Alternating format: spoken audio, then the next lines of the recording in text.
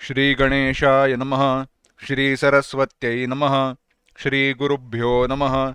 श्रुतिस्मृतिपुराणानाम् आलयं करुणालयं नमामि भगवत्पाद शङ्करं लोकशङ्करं।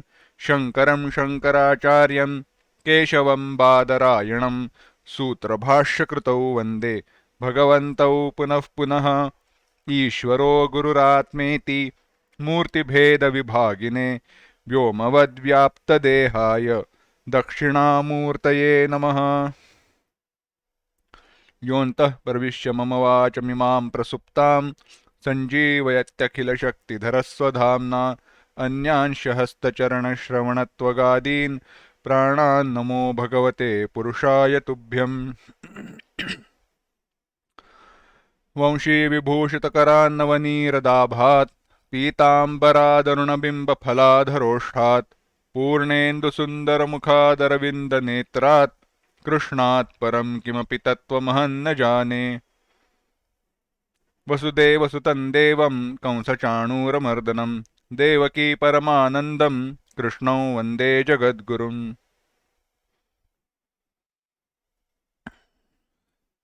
14वें अध्याय का हम चिंतन कर रहे हैं। आज के चिंतन को शुरुआत करने के पूर्व 14वें अध्याय के पहले 5 श्लोक एक साथ पढ़ते हैं। ओम श्री परमात्मने नमः। अथ चतुर्दशोऽध्यायः।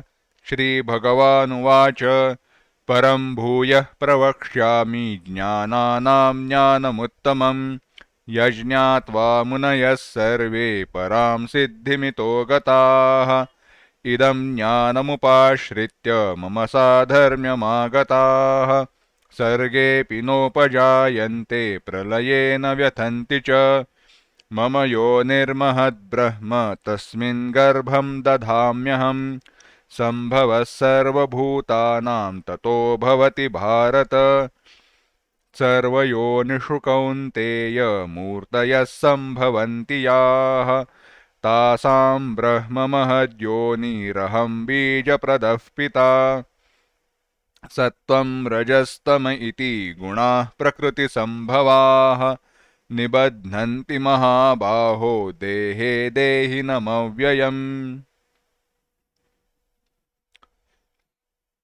भगवान वर्णन कर रहे हैं,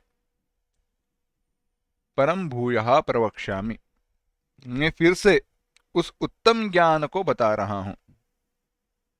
कौन सा ज्ञान है? जिसे जानकर मुनय, जो मननशील पुरुष है, वह परम सिद्धि को, मोक्ष को प्राप्त हुए है।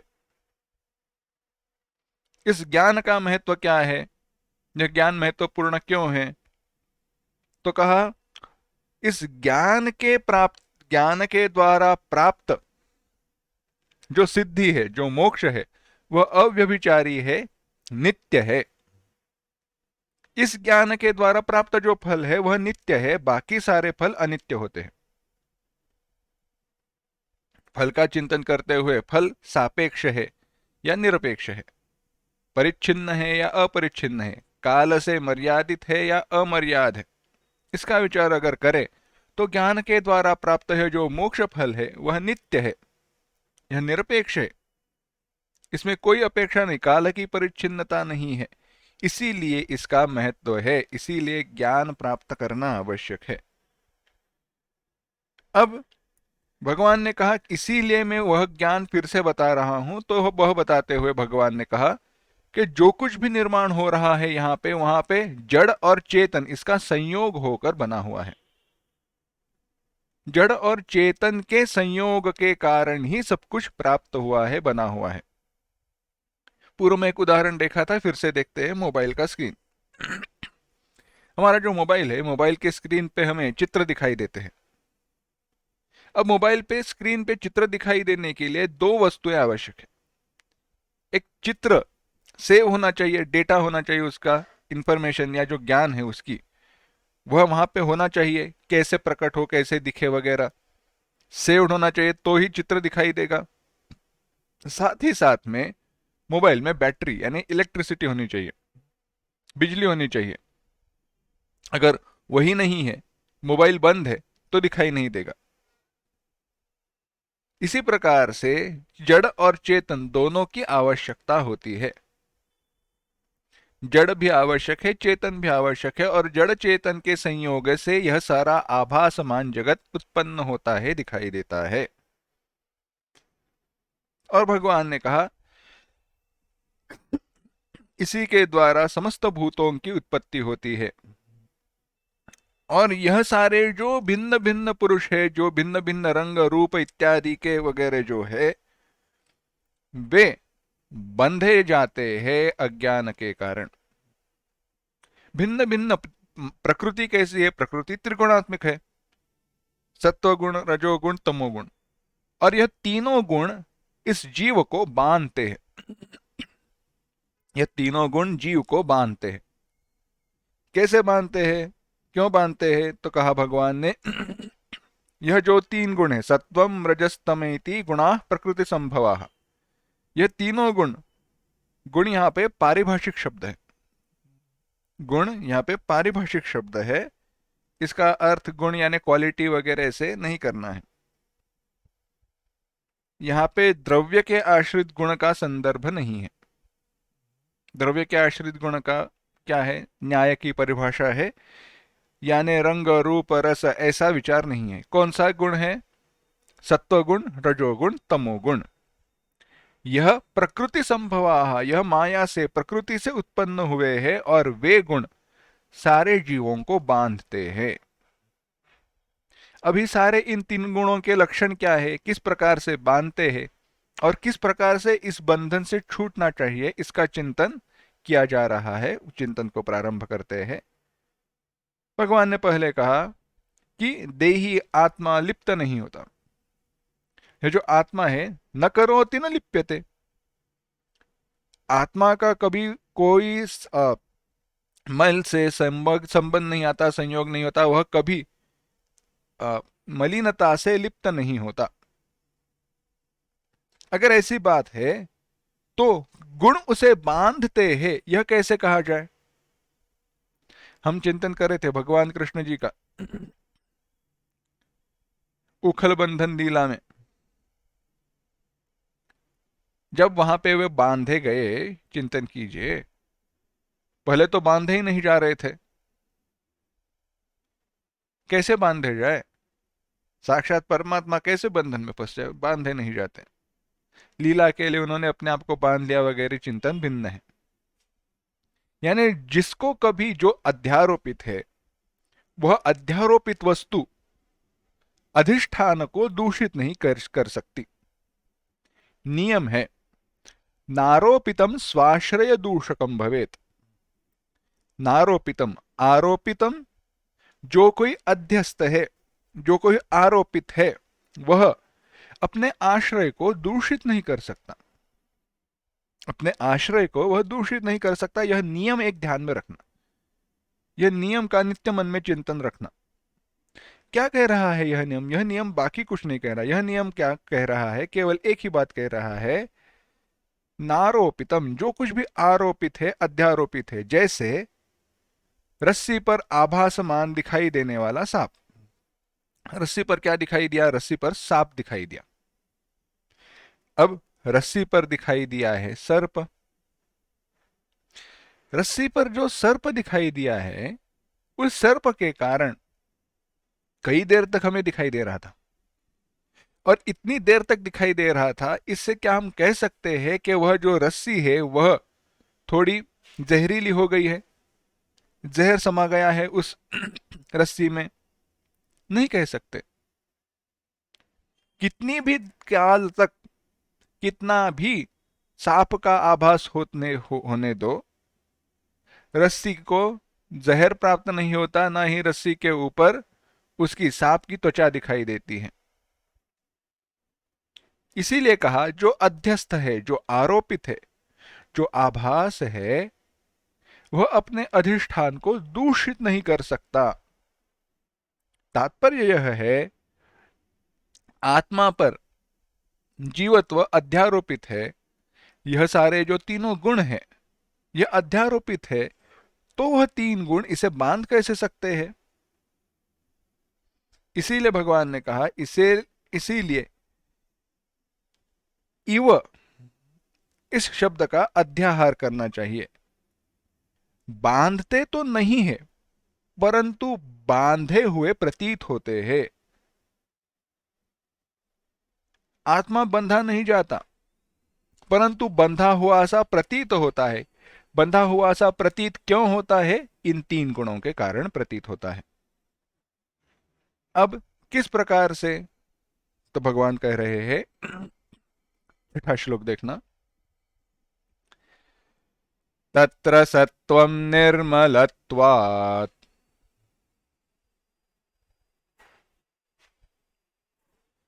प्रकाशकमनामयम्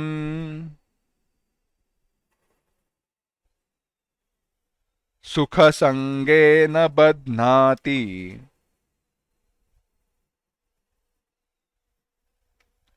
ज्ञानसंगेन चानघ।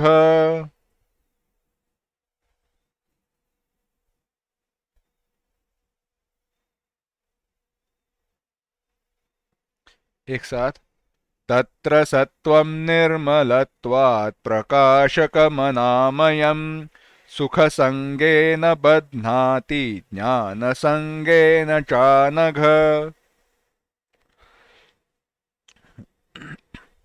भगवान कह रहे हैं, तत्र, हे महाबाहो। तत्र, तत्र कुत्र? हे अर्जुन, वहां पे, उन गुणों पे में, यह जो तीन गुण है, सत्वगुण, रजोगुण, तमोगुण, हे अनघ, हे निष्पाप, जिसमें कोई पाप नहीं है, ऐसे है अर्जुन तुम, सुनो। इन तीन गुणों में, तत्र सत्वम, यह जो सत्व गुण है वह निर्मलत्वात्, निर्मल है, स्वच्छ है। प्रकाशकम, वह प्रकाशक है, प्रकाश देने वाला है, ज्ञान कराने वाला है, द्योतित करने वाला है। अनामयम, आमयम डिफेक्ट, कोई उपद्रव, दूषितता, आमय रहित है, उपद्रव रहित है। परंतु यह गुण कैसे बांधता है? तो कहा, सुख संगेन च ज्ञान संगेन च बध्नाति। सुख संगेन च ज्ञान संगेन च बध्नाति। सुख की आसक्ति के द्वारा, सुख संगेन, सुख का संग हो ऐसे आसक्ति, सुख के प्राप्ति की इच्छा से, और ज्ञान संगेन, ज्ञान की आसक्ति से बांध देता है। कैसे है? यह सुख की आसक्ति और ज्ञान की आसक्ति इनसे बांध देता है। सुख की आसक्ति से और ज्ञान की आसक्ति से बांध देता है। कैसे हो रहा है, चिंतन करते हैं। चलो, सत्व गुण का पहले लक्षण बताया, कहा यह सत्व गुण कैसा है?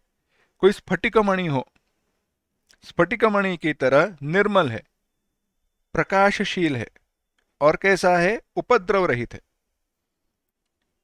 यहां पे प्रकाशशील यानी ऐसे कोई चिंतन नहीं करना कोई दिए जैसा वह प्रकाश दे रहा है ना।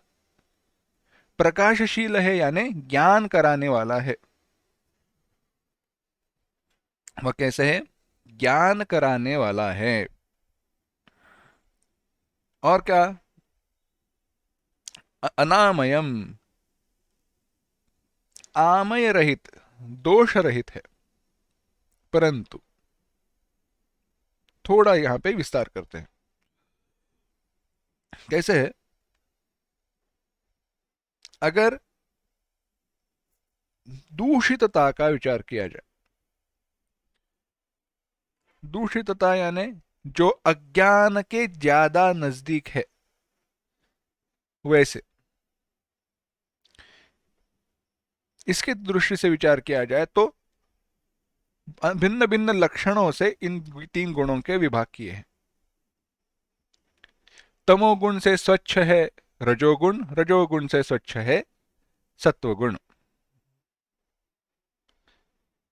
यह जो सत्वगुण है यह निर्मल स्वच्छ होने के कारण प्रकाश देने वाला है, ज्ञान कराने वाला है।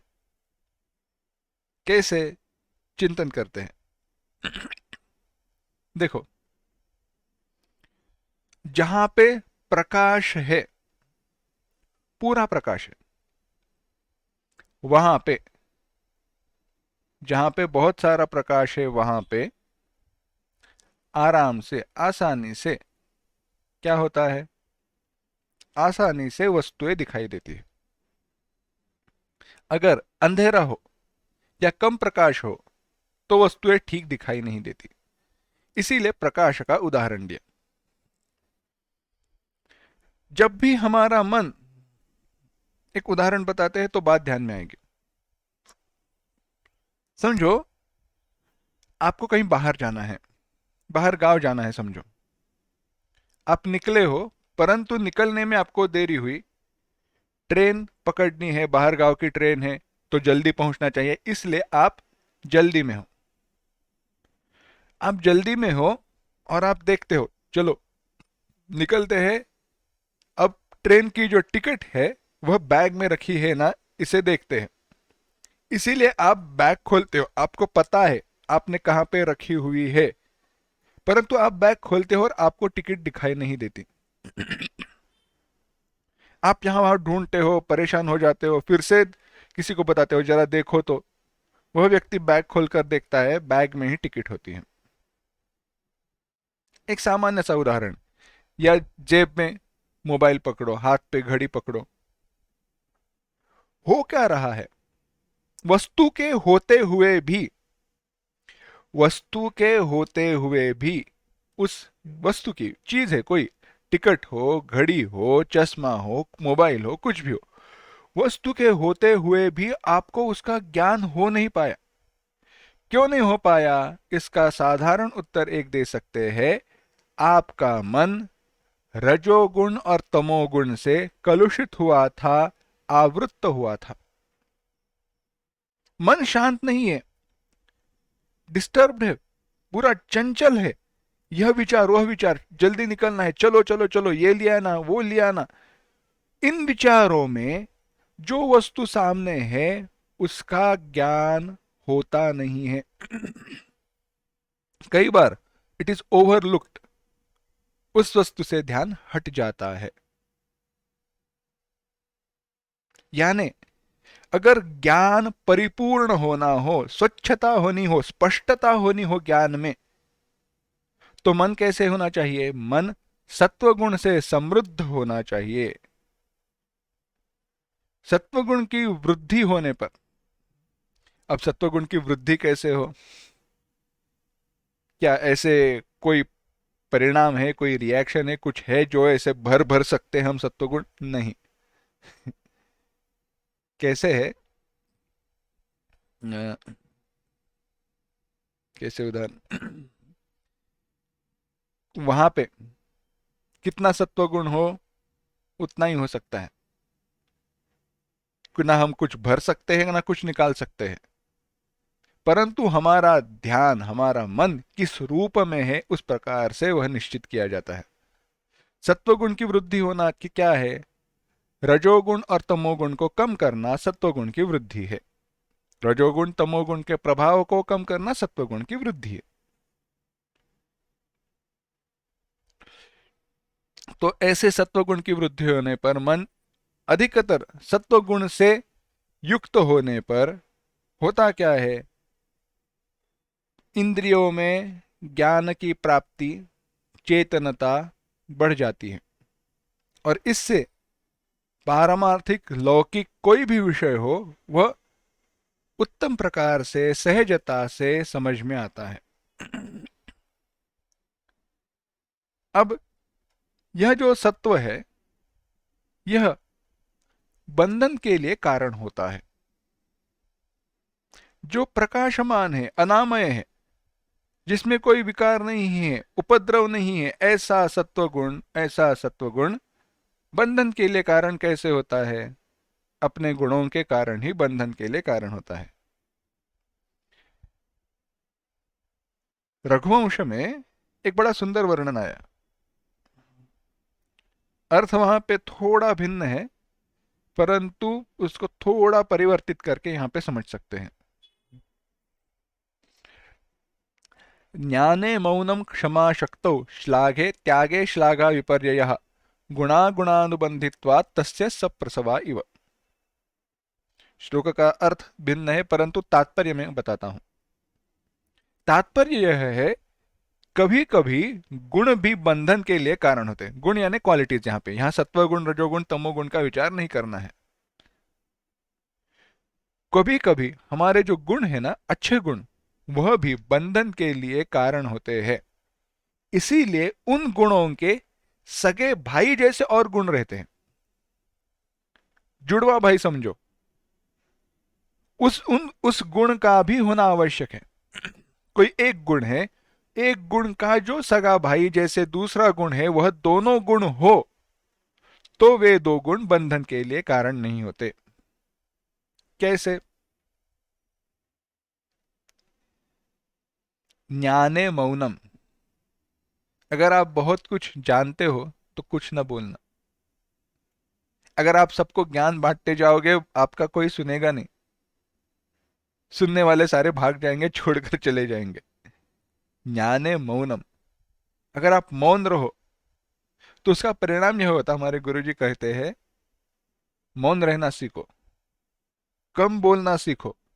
तो होगा ऐसे, लोगों को यह पता चलेगा कि यह बोलेंगे जब, यह व्यक्ति जब बोलेगा, कुछ कहेगा, तो महत्वपूर्ण ही बात कहेगा, बाकी कुछ कहेगा नहीं।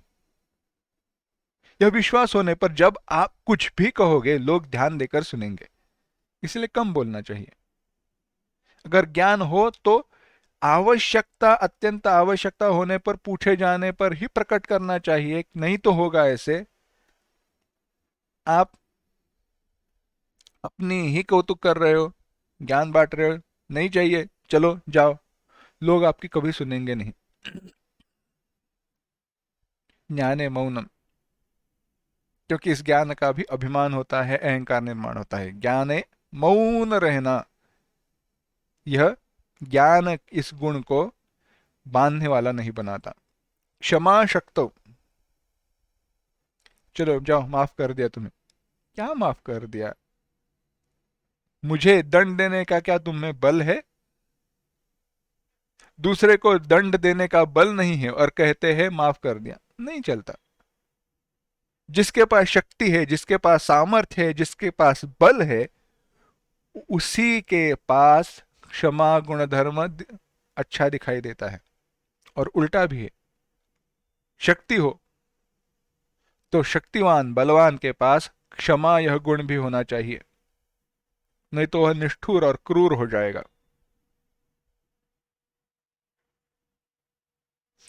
क्षमा शक्तौ त्यागे श्लाघा विपर्यय, त्याग करते हैं किसी वस्तु का, उसका अभिमान अहंकार धारण नहीं करना चाहिए। लोगों को बताते हुए घूमना नहीं चाहिए, मैंने कैसे त्याग कर दिया है। त्यागे श्लाघा विपर्यय गुणा गुणानुबंधित्वा तस्य सप्रसवा इव। इसी प्रकार से यहाँ पे विचार किया, ज्ञान यह सत्व गुण है, कैसे बांधता है? सुख संगेन बध्नाति ज्ञान संगेन चानघ,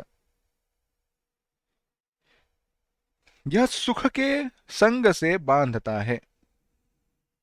जब हमारा मन अत्यंत सात्विक होता है ना, जब हमारे मन में अधिक अधिक सत्व गुण रहता है, तब हमें सात्विक सुख, शांति का अनुभव प्राप्त होता है। और हमारे मन में विचार आता है, यह शांति, यह सुख हमेशा मिलते रहे। परंतु वह भूल जाता है, जिसके कारण यह सुख शांति मिल रही है वह अनित्य है। तो हमेशा हमेशा के लिए सुख या शांति कैसे मिले? थोड़ा ना विचार करते हैं, ध्यान देना, सुख का अनुभव हमें कैसे आता है। माफ करना।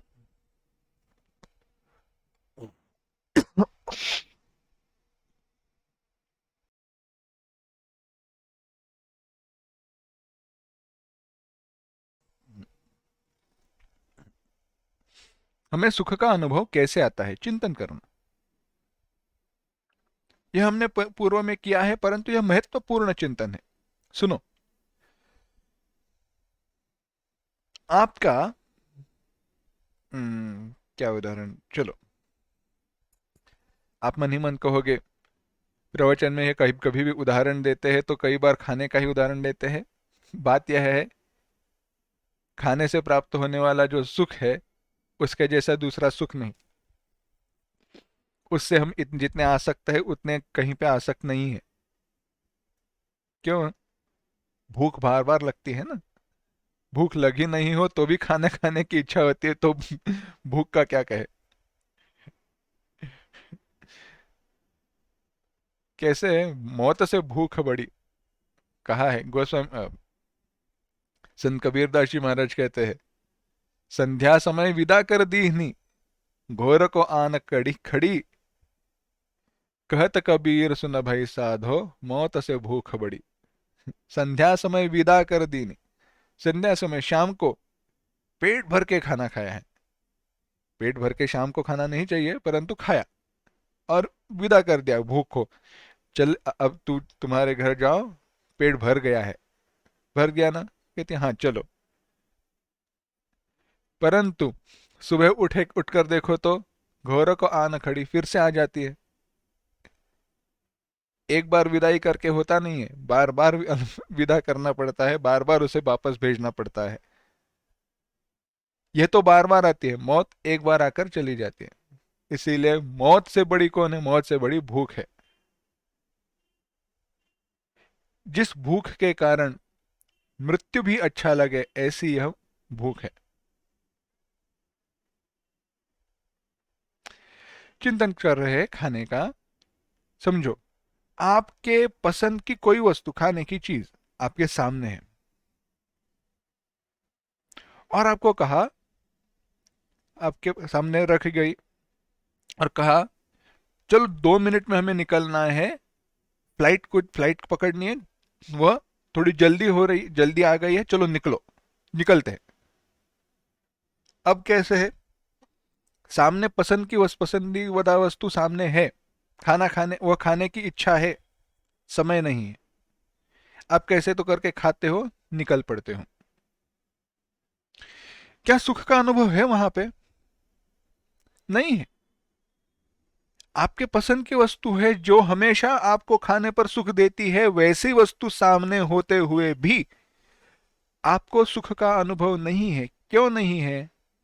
क्योंकि मन तैयार नहीं है सुख का अनुभव कराने के लिए। होता कैसे सुख का अनुभव जब आप करते हो? ध्यान देना, जब भी कोई सुख का अनुभव आपको आ रहा है, तब हो रहा क्या है, हमारा मन जिस वस्तु का अनुभव हो रहा है उस अनुभव से एक हो गया है। थोड़ा पीछे चलते हैं। हमारा जो मन है ना, मन क्या है? मन कुछ नहीं, मन विचारों की धारा है। अनेक सारे जो विचार हमारे आते रहते हैं ना, एक विचार, दूसरा, तीसरा, चौथा, पांचवा, छठा, सातवां, जो भी है, यह विचारों की जो धारा है, यह विचारों की धारा ही मन है। परंतु होता ऐसे है, सामान्यतः सामान्यतः हर एक विचार पूर्व विचार से भिन्न रहता है। अलग अलग विचार मन में आते जाते हैं। समझो, मणियों की माला है, मोती पिरोए हुए है, परंतु हर एक का रंग अलग अलग है, हर एक का आकार भिन्न है। कोई बड़ा है, कोई छोटा है, कोई लाल है, कोई गुलाबी है, कोई पीला है, कोई नीला है, कोई सफेद है, कोई काला है। भिन्न भिन्न रंग के प्रकार के यह मोती एक दूसरे से जुड़े हुए हैं। तो ऐसी अवस्था में होता है क्या है, ऐसा जब मन रहता है ना, तो वह चंचल रहता है और एक जैसा न होने के कारण हमारा जो आत्म स्वरूप है, सुख स्वरूप हमारा जो है ना आत्मा, उसमें जो ये सुख स्वरूपता का प्रतिबिंब उस मन में प्राप्त नहीं होता। उस सुख स्वरूपता का प्रतिबिंब मन में प्राप्त नहीं होता।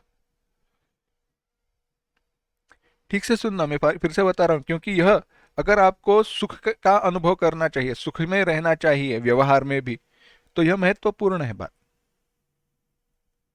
अब आगे देखिए, तालाब में अगर बहुत सारी लहरें हो, तो क्या तालाब में आपको प्रतिबिंब दिखाई देता है? नहीं। तालाब में बहुत सारी लहरें हो तो तालाब में कोई प्रतिबिंब दिखाई नहीं देता। इसी प्रकार से मन में कई सारी लहरें हो, मन चंचल हो, मन अस्थिर हो, मन कैसे हो, मन अस्थिर हो, तो ऐसे मन में आत्म सुख स्वरूप आत्मा का जो प्रतिबिंब है, वह सुख स्वरूपता का, आनंद स्वरूपता का जो प्रतिबिंब है वह उत्पन्न नहीं होता। परंतु यह सब कुछ बदल जाता है जब आपके पसंद की, आपकी चहीती वस्तु, जो आपको अत्यंत प्रिय है, ऐसी वस्तु सामने आती है और उसका आप अनुभव करते हो। उस अनुभव के समय पर, जब भी आप उसका अनुभव कर रहे हो, तब तुम्हारा मन उस अनुभव से एक हो जाता है।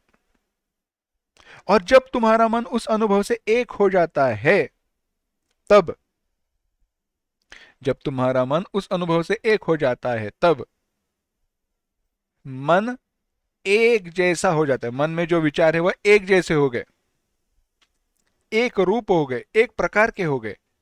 और ऐसी अवस्था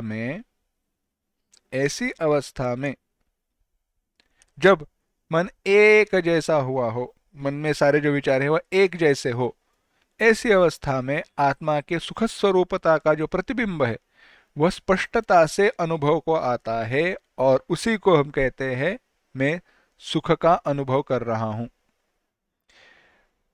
वास्तविक हम अनुभव कर रहे हैं प्रतिबिंबित सुख का। तालाब में परछाई दिखाई दे रही है, प्रतिबिंब दिखाई दे रहा है चंद्रमा का, अनुभव कर रहे हैं हम चंद्रमा का, परंतु तालाब की तरफ इशारा करते हुए हम कहते हैं देखो चंद्र कैसे दिखाई, सुंदर दिखाई दे रहा है। अनुभव किसका है? प्रतिबिंब का है, परंतु कहते हैं यह चंद्रमा है। उसी प्रकार से जब हमारा मन जो हमारी पसंद की वस्तु है, हमारी अत्यंत प्रिय वस्तु है, उसका अनुभव कर रहे हैं, तब उस अनुभूत वस्तु से, जो वस्तु का हम अनुभव कर रहे हैं, उससे एक हो गया, उससे एक हो गया। ऐसे एक होने पर हमारे मन में हमारे सुख स्वरूप आत्मा की जो परछाई है, जो प्रतिबिंब है, वह अत्यंत तरल, सूक्ष्म और स्पष्टता से उत्पन्न होता है। और ऐसे आत्मस्वरूपता का ऐसा अनुभव, उस प्रतिबिंब का अनुभव सहजता से किया जा सकता है। यह है सुख के अनुभव की प्रक्रिया। अगर ऐसा सुख मिलना हो तो क्या होना चाहिए? मन सत्व गुण से युक्त होना चाहिए, अधिकाधिक सत्व गुण से युक्त होना चाहिए। अब यह बात पता चलने पर होता है ऐसे, देखो थोड़ा विषय की तरफ आने के पूर्व एक विचार करते हैं। इसीलिए अगर कभी ऐसे आपको लगे कि आप बहुत दुखी हो, कुछ दुख आपके मन में है, या कोई आप शांति का अनुभव करना चाहते हो, तो इसीलिए हम प्राणायाम वगैरह करते हैं ना। उसमें क्या करते हैं? प्राणायाम के द्वारा हमारे मन को हम शांत शांत शांत करते हैं, और उसमें सत्वगुण जैसे बढ़ जाता है, मन की चंचलता कम हो जाती है, मन में जो विचार आते हैं वह सूक्ष्म तरल हो जाते हैं, एक जैसे हो जाते हैं, और तब आत्मा का जो सुख स्वरूप है वहां पे प्रतिबिंबित होकर हमें शांति और समाधान का अनुभव प्राप्त होता है। तो इसके लिए आप कुछ भी कर सकते हो, कोई भी एक वस्तु हो उसकी तरफ आपको ध्यान एक करना है, डिस्ट्रैक्शंस नहीं चाहिए। यहां वहां मन को व्यवसायत्मिका करनी नहीं चाहिए। बुद्धि व्यवसायत्मिका बुद्धि एकेह कुरुनंदन बहुशाखा हनंताश बुद्धयो व्यवसायी नाम।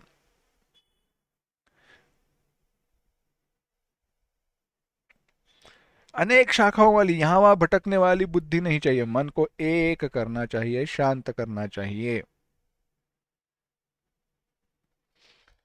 इस प्रकार से निर्विकारता, सुख, शांति हमारे हृदय में हो, मन में हो, तो हमें सुख का अनुभव आता है। तो हम क्या चाहते हैं? वैसा ही वैसी परिस्थिति वैसे प्राप्त बार बार होते रहे, कुछ नहीं होता। आगे कहते हैं, इस प्रकार से सुख बार बार मिलते रहे, यह जो हमारे मन में इच्छा होती है ना, बार बार सुख मिलता रहे, यह जो इच्छा है, यही हमारे दुख का कारण है। क्योंकि जब वैसी अवस्था नहीं रहती, वैसा हमारा मन नहीं रहता, तो कहते अरे नहीं नहीं नहीं, सुख चाहिए सुख चाहिए। बंधन का कारण है, क्योंकि हम पीछे किसके पड़े हुए, हम प्रतिबिंबित सुख की इच्छा कर रहे हैं।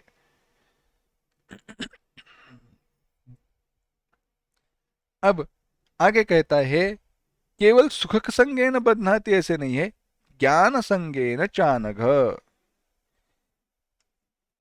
ज्ञान के संग से भी बांधता है। कैसे ज्ञान के संग से बांधता है? कहते हैं कि ज्ञान भी सुख का साथी है, इसीलिए हमें ज्ञान की आसक्ति हो जाती है ना। यह चाहिए, यह जानना चाहिए, वह जानना चाहिए, यह चाहिए, वो चाहिए, ये मुझे पढ़ना है, वो पढ़ना है। इसके कारण ज्ञान की प्राप्ति से भी, ज्ञान से भी, सुख और ज्ञान दोनों से यह बांधता है। यह ज्ञान यहाँ पे जो है वह व्यावहारिक ज्ञान है, ब्रह्म ज्ञान नहीं है। यह सात्विक ज्ञान है, तत्व ज्ञान नहीं है। सुख की आसक्ति से, विषय रूप सुख की इच्छा, मैं सुखी हूं ऐसी जो इच्छा है, इसके द्वारा सत्व गुण बांधता है। और मैं ज्ञानी हूं, मैं और जानना चाहता हूं, इसके द्वारा, ज्ञान के द्वारा, ज्ञान संगेन, वह मन यह सुख सत्व गुण हमें बांधता है। इसीलिए क्या करना चाहिए, यह आत्मा का गुण नहीं है, यह सत्व गुण आत्मा का गुण नहीं है, यह जानना चाहिए। यह आत्मा का धर्म नहीं है। आत्मा का धर्म मान लेने पर सत्वगुण से आत्मा बांधा जाएगा। यह आत्मा का धर्म नहीं, आत्मा का कोई गुण नहीं, कोई रूप नहीं, रंग नहीं, आत्मा निर्विकार है, वह कभी इस सत्वगुण से बंधा नहीं जा सकता। अब रजोगुण के बारे में कहते हैं। सातवां गुण, सातवां श्लोक देखना। रजो रागात्मकं विद्धि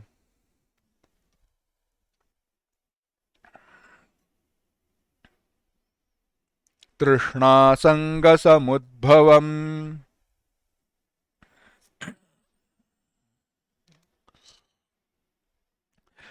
तन्निबध्नाति कौन्तेय कर्मसंगेन देहिनम्।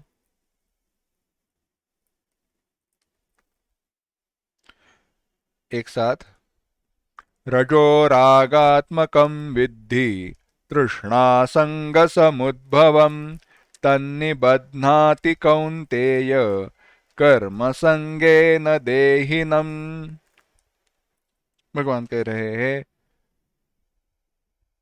हे कौन्तेय, हे अर्जुन, कुंती पुत्र अर्जुन, तृष्णा संग समुद्भवम, तृष्णा और आसक्ति को उत्पन्न करने वाला,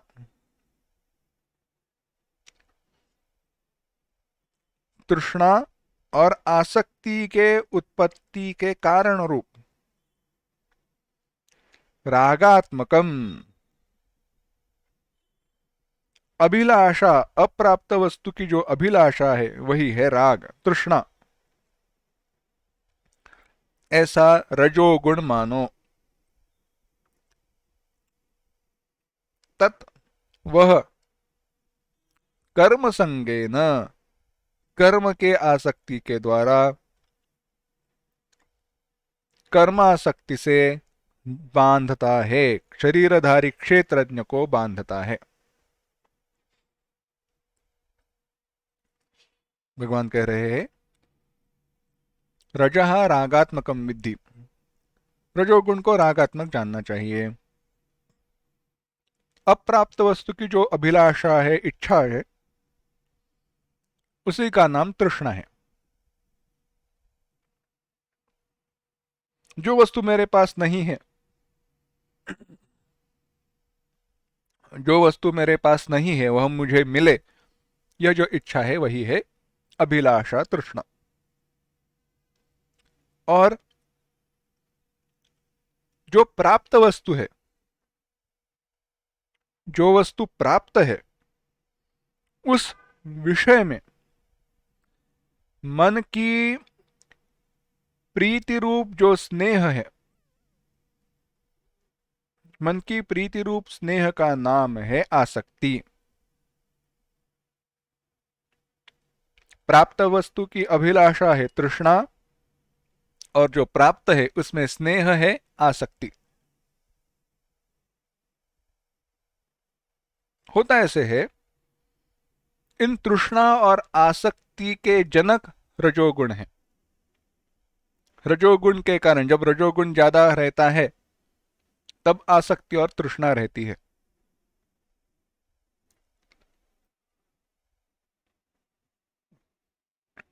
अर्थात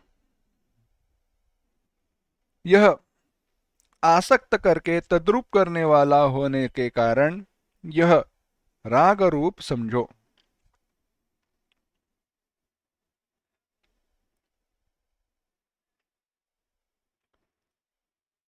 आगे भगवान कहते हैं, तन्निबध्नाति कौन्तेय कर्म संगेन। यह जो है यह कर्म के संग से बांधता है। कर्म के संग से यह कैसे बांधता है, हे कुंती पुत्र? यह शरीरधारी को दृष्ट और अदृष्ट फल देने वाले जो कर्म हैं, दृष्ट अदृष्ट फल, स्वर्गादि फल, स्वर्गलोक, यहाँ पे कोई ऐसे जो फल है यह प्राप्त कराता है ना। इसी के कारण कर्म में आसक्ति होती है। नहीं, मुझे स्वर्ग में जाना है तो यह कर्म करना चाहिए, वह कर्म करना चाहिए, यह चाहिए तो ये कर्म, यह वो चाहिए तो ये कर्म। कर्म के आसक्ति से वह बांधता है। जो कर्म में उनकी आसक्ति है, तत्परता का नाम कर्मासक्ति है, उसी के द्वारा रजोगुण बांधता है।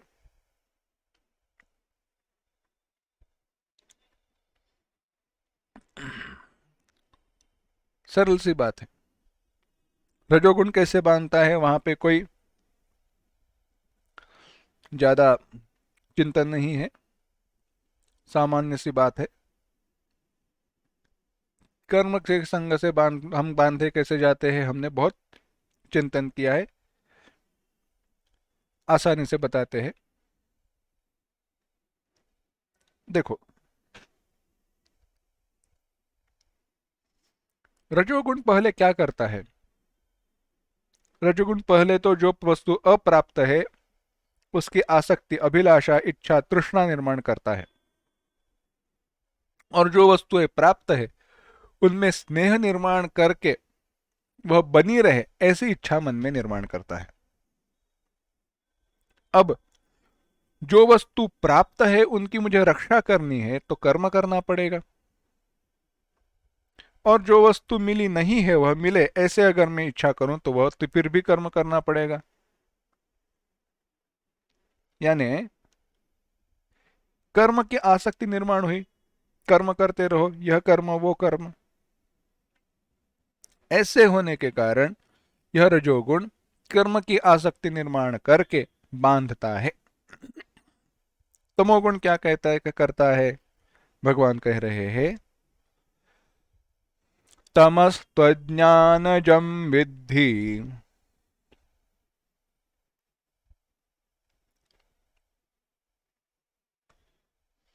मोहनं सर्वदेहिनां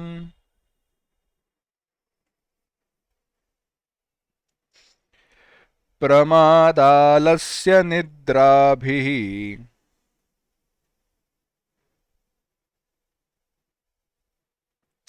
तन्निबध्नाति भारत।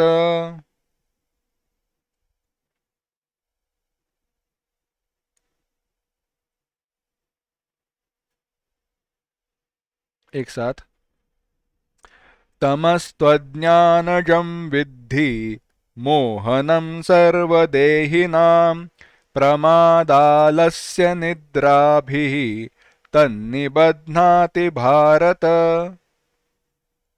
भगवान कह रहे हैं, हे अर्जुन, हे तू भारत, और भारत हे अर्जुन, सर्वदेही नाम, सारे जो देहधारी है उनको, मोहनम, मोहित करने वाला, तमहा, यह तमोगुण, अज्ञानजम विद्धि, अज्ञान से उत्पन्न होने वाला समझो, तत् वह, प्रमादालस्य निद्रा भी, प्रमाद, आलस्य, प्रमाद गलती, प्रमाद, प्रमाद को प्रमाद ही समझो, आलस्य, प्रमाद यानी डिलिबरेट मिस्टेक, जानबूझकर गलती करना, यह प्रमाद है। जानबूझकर गलती करना प्रमाद है। हमारी अक्षमता के कारण, ध्यान न होने के कारण गलती करना प्रमाद है। आलस्य, आलस्य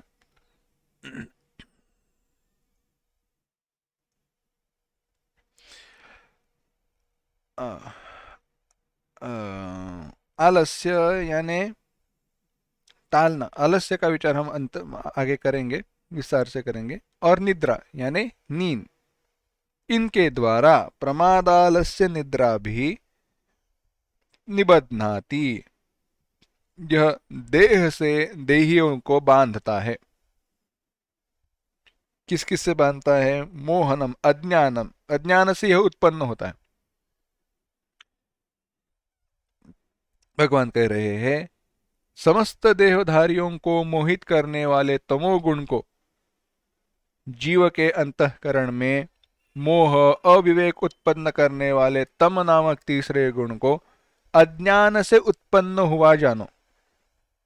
तमोगुण किससे उत्पन्न हुआ? अज्ञान से उत्पन्न हुआ। और अज्ञान से उत्पन्न होने के कारण, यह मोहात्मक होने के कारण, यह करता क्या है? जीवों को प्रमाद, आलस्य और निद्रा, इन तीनों के द्वारा बांधता है। अब यह तीनों के द्वारा, प्रमाद, आलस्य, निद्रा, इनके द्वारा कैसे बांधता है, चिंतन करते हैं। देखो,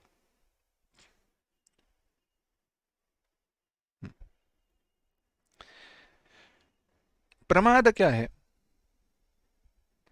प्रमाद केवल गलती नहीं कि देखो, गलती तो होती है, परंतु पूर्णता से, पूर्ण सक्षमता से न करने के कारण हुई गलती, और पूर्ण सक्षमता से करते हुए भी गलती से हुई गलती, दो भिन्न प्रकार है। कैसे है?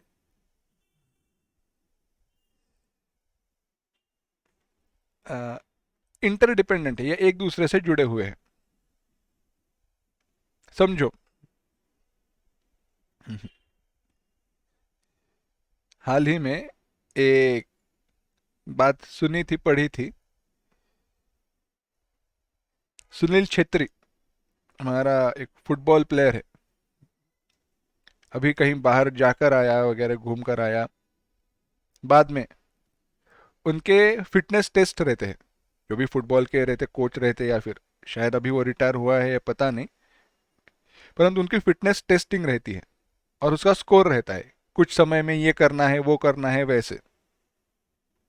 मैं प्रमाद, आलस्य, निद्रा की तरफ आ रहा हूं। वह है 40 साल का, और वह बता रहा था, बाकी दो तीन लोग थे 20-21 साल के, यानी उससे उम्र में आधे, परंतु वह जो फिटनेस टेस्टिंग, वह जो कुछ भी कोर्स था, कुछ जो कुछ था, उसमें इसने, जो स्वयं 40 साल का है, उसने बाकी जो 20-21 साल के हैं उनको आसानी से हराया, उनसे कई ज्यादा गुण प्राप्त किए फिटनेस टेस्टिंग के स्कोर में। और वह कह रहा था, तो अगली बार जब आप मुझे बुढ़ा कहो, अब रिटायर होना चाहिए ऐसे कहो, तो सोचना यह फिटनेस कितना चाहिए और कितना फिटनेस है, यह देखना। विषय भिन्न है। उसमें एक ध्यान में बात आई, क्या हो रहा है देखिए। और यह बात को हम नजरअंदाज करते हैं हमारे जीवन में भी। क्या वह जो 20-21 साल के जो बाकी लड़के थे, क्या उनका सामर्थ्य नहीं है उससे ज्यादा गुण प्राप्त करने का? है। ज्यादा गुण प्राप्त करने का सामर्थ्य होते हुए भी, इच्छा होते हुए भी, सामर्थ्य होते हुए भी और इच्छा होते हुए भी उसके लिए प्रयत्न ना करना प्रमाद है। उसके लिए प्रयत्न ना करना प्रमाद है, मेहनत न करना प्रमाद है।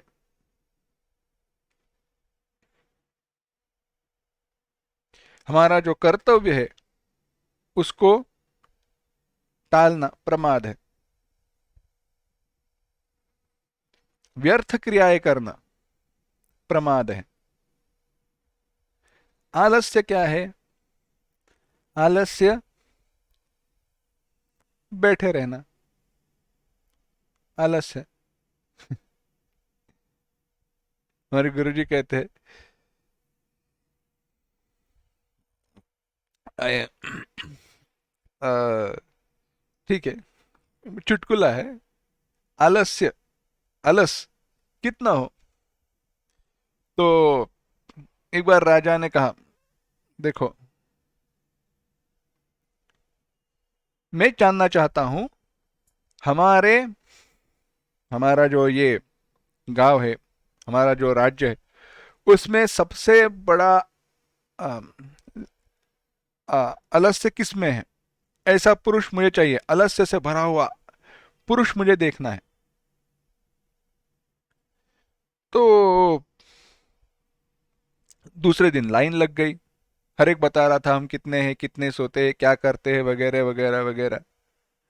जो लाइन में खड़े थे, राजा ने सबको घर भेज दिया। और उस अपने जो हेर थे, अपने जो निजी लोग थे, उनको भेजा और कहा ढूंढ कर लाओ ऐसा कौन सा है।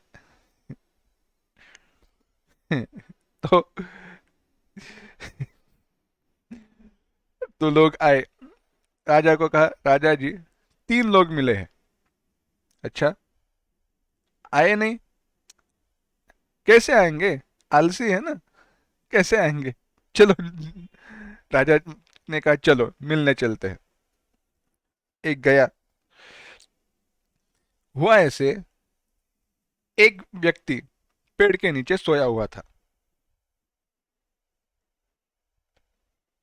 उसके नाक पर मक्खी बैठी थी।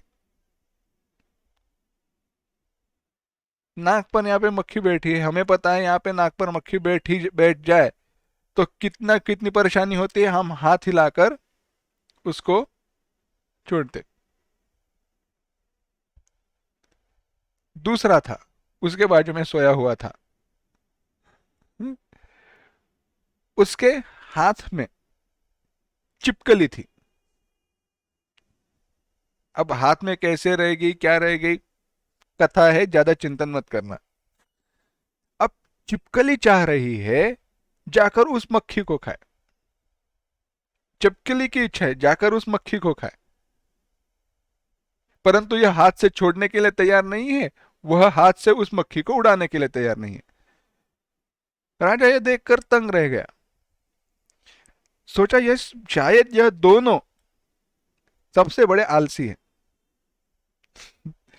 तो वहां पे एक व्यक्ति था, महाराज यह दोनों आलसी नहीं है, आलसी व्यक्ति को देखना है तो आप पेड़ के ऊपर देखिए। तो पेड़ के ऊपर कोई एक व्यक्ति था, सोया हुआ था पेड़ के एक डाली पर, दाढ़ी वगैरह है, आधे अधूरे कपड़े हैं, फटे हुए हैं। राजा ने कहा वह व्यक्ति पेड़ के ऊपर बैठा हुआ है, वह कैसे आलसी हुआ? ये दोनों सोए हुए पेड़ के नीचे, पेड़ के ऊपर चढ़ने के तो कष्ट उसने किए हुए होंगे ना। वह व्यक्ति जो पेड़ पर सोया हुआ है कैसे आलसी हुआ? व्यक्ति ने कहा महाराज आपको पता नहीं, जब वह पेड़ छोटा था तो वह जमीन पे ही सोया हुआ था, पेड़ बढ़ते बढ़ते लंब ऊंचा हुआ है, तब से वह नीचे से, जब से वह बड़ा हुआ तब से वह डाली पे ही है। राजा ने नमस्कार किया, वापस चले आए। आलसी कितने हो? नहीं, इतना आलसी होना संभव नहीं है, परंतु आलस्य ऐसे है। किसी ने पूछा, आप क्या करते हो? कुछ नहीं। कुछ नहीं करते हो? कुछ नहीं करते। क्यों? क्या करे? करके भी क्या करे ना।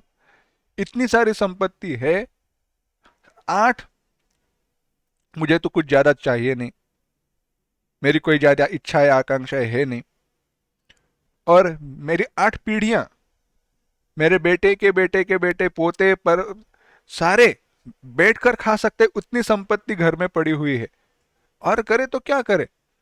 सभी इन्वेस्टमेंट सभी ठीक जगह पर चल रही है, क्या करे? तो अब करते क्या हो? तो उसने कहा, कुछ नहीं, सोता हूं। अच्छा, तो हाँ, सोने के बाद क्या करते हो? उठता हूँ, खाना खाता हूँ, नहाता हूँ, फिर से सोता हूँ। थक नहीं जाते? हाँ, इतना सोने से मैं थक जाता हूँ ना। तो फिर क्या करते हो? थक जाता हूँ इसलिए फिर से सो जाता हूँ, और कौन सी बड़ी बात है? आलस्य ऐसे नहीं, परंतु आलस्य क्या है? यह जरूरी काम न करना, टालना, यह आलस्य है। निद्रा भी इसी प्रकार से। निद्रा के भी 2 प्रकार है। बड़ा सुंदर चिंतन हमारे गुरुजी कहते हैं। वह कहते हैं, निद्रा कैसी हो? वारी के लिए लोग जाते हैं। महाराष्ट्र की एक बड़ी सुंदर परंपरा है वारी। गांव से लोग निकलकर, अपने गांव से निकलकर आषाढ़ी एकादशी को पंढरपुर पहुंचते हैं। जत्था रहता है उन यात्रियों का, सारे एक दूसरे के नियम के अनुसार, उनकी रचना एक रहती है, क्रमांक रखे रखे हुए रहते हैं, कौन से गांव के कहाँ से चलेंगे, दिंडी कहते हैं उसको। संपूर्ण उसकी रचना रहती है, कहाँ पे सोएंगे, सारा पूरा सुनिश्चित रहता है, एक पूरा यथा योग्य चलता है। गुरु जी कहते हैं कि वह व्यक्ति सोते नहीं है। सोते यानी कैसे है? नाम संकीर्तन होते रहता है, और जिस व्यक्ति, वह उन व्यक्तियों का नाम संकीर्तन क्यों रुक जाता है? क्योंकि वह सो जाते हैं, इसलिए नाम संकीर्तन रुक जाता है। नहीं तो हरिपाठ इत्यादि जो भी नाम है, एक के बाद एक के बाद एक लगा हुआ रहता है दिन भर। तो वारकरी कौन है? जिसका नाम संकीर्तन निद्रा के कारण रुक जाए। निद्रा पहले नहीं आती, निद्रा आई, सोना है इसलिए इसने नाम संकीर्तन रोका नहीं है। नींद आ गई इसलिए नाम संकीर्तन रुक गया, सो गया इसलिए नाम संकीर्तन रुक गया। नाम संकीर्तन रोक कर यह सोने के लिए गया नहीं है। ऐसी निद्रा भिन्न है। दिन में कष्ट करने के बाद आई हुई जो निद्रा है वह भिन्न है। और अभी कुछ करना ही नहीं, कुछ नहीं करना है तो क्या करे? सो जाए। ऐसी निद्रा भिन्न है। ऐसी जो निद्रा है, कुछ किए बिना ऐसे ही सो जाए, वह तमोगुण का प्रभाव है। इस तमोगुण के द्वारा भी भगवान कहते हैं हम बांधे जाते हैं।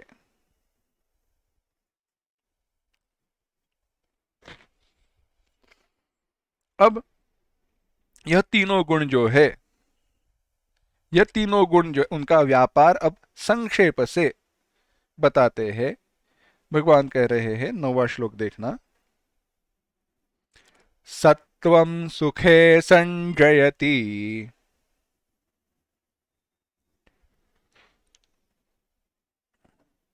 रजः कर्मणि भारत,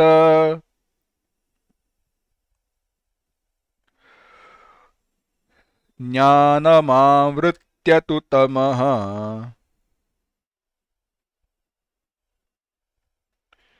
प्रमादे संजयत्युत।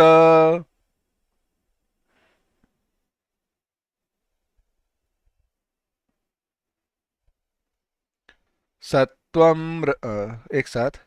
सत्वं सुखे संजयति, रजः कर्मणि भारत, ज्ञानमावृत्य तु तमः, प्रमादे संजयत्युत। इत्युत। भगवान कहते हैं, हे भारत, हे भरतवंशी अर्जुन, सत्वम सुखे, सत्वम सुख में, संजयति नियुक्त करता है, रजः कर्मणि, रजोगुण कर्म में नियुक्त करता है, और तमोगुण सत्वगुण से उत्पन्न विवेक ज्ञान को ढककर आवृत्त करके प्रमाद में नियुक्त करता है। सत्वगुण सुख में नियुक्त करता है, हमें ज्ञान से दूर चला लेकर लेकर चला जाता है। सुख की इच्छा के कारण हम ज्ञान को छोड़ देते हैं। इसीलिए कहा है ना, योग अष्टांग योग में भी नास्वादयत सुखम तत्र, जब सिद्धियां वगैरह सिद्धियों का वगैरह विचार किया है, उनमें फंसना नहीं है, आगे बढ़ना है, आगे बढ़ते जाओ, आगे चलते जाओ। जब तक अंतिम सुख की प्राप्ति नहीं होती तब तक आगे बढ़ते जाओ। यह क्षुद्र जो सुख है उसमें फंसना नहीं है।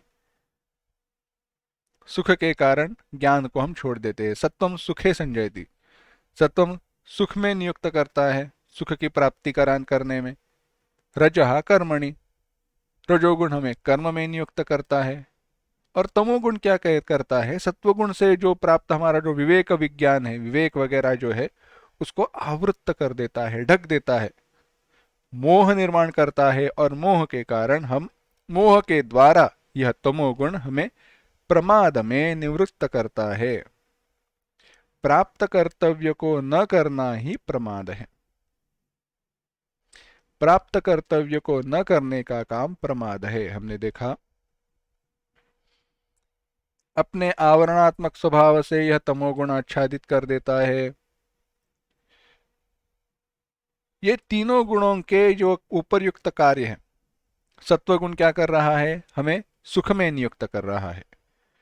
रजोगुण क्या कर रहा है, रजोगुण हमें कर्म में नियुक्त कर रहा है।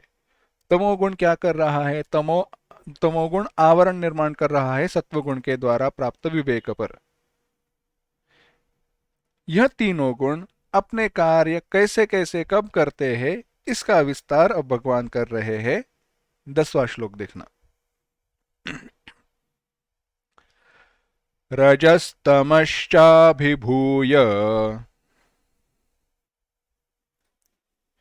सत्वं भवति भारत,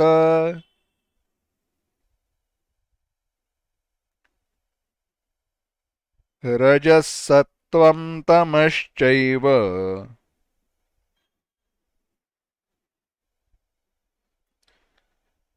तमसत्वं रजस्तथा।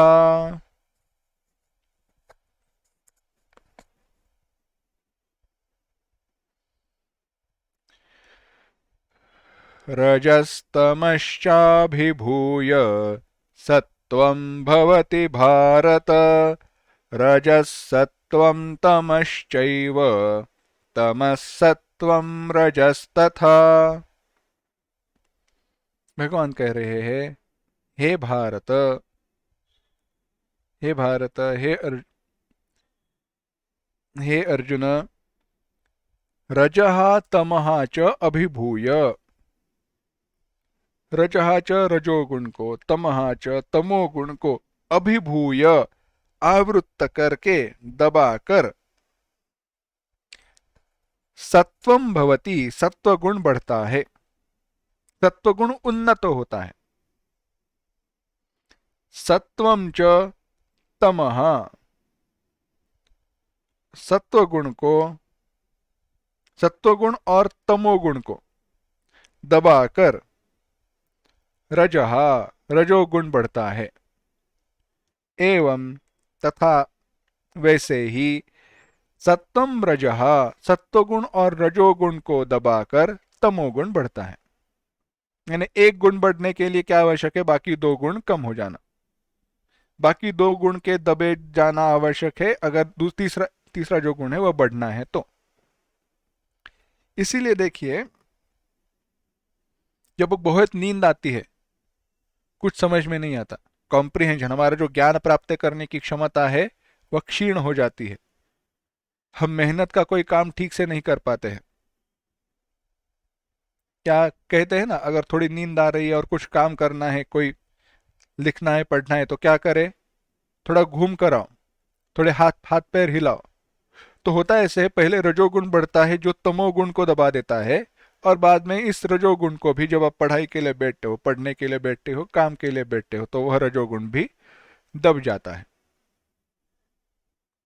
तो दूसरे दो गुण दब जाने के कारण एक गुण बढ़ता है, यही विवेक है। बाकी कोई चिंतन नहीं है यहाँ पे, यही विचार है। इसीलिए क्या करना चाहिए, माफ करना, विवेक चूड़ामणि में भगवान भाष्यकार आदि शंकराचार्य जी विचार करते हैं, बताते हैं, तमोद्वाभ्याम, तमोगुण अगर ज्यादा हो रहा है तो उसका विनाश कैसे करे, द्वाभ्याम, सत्वगुण और रजोगुण से।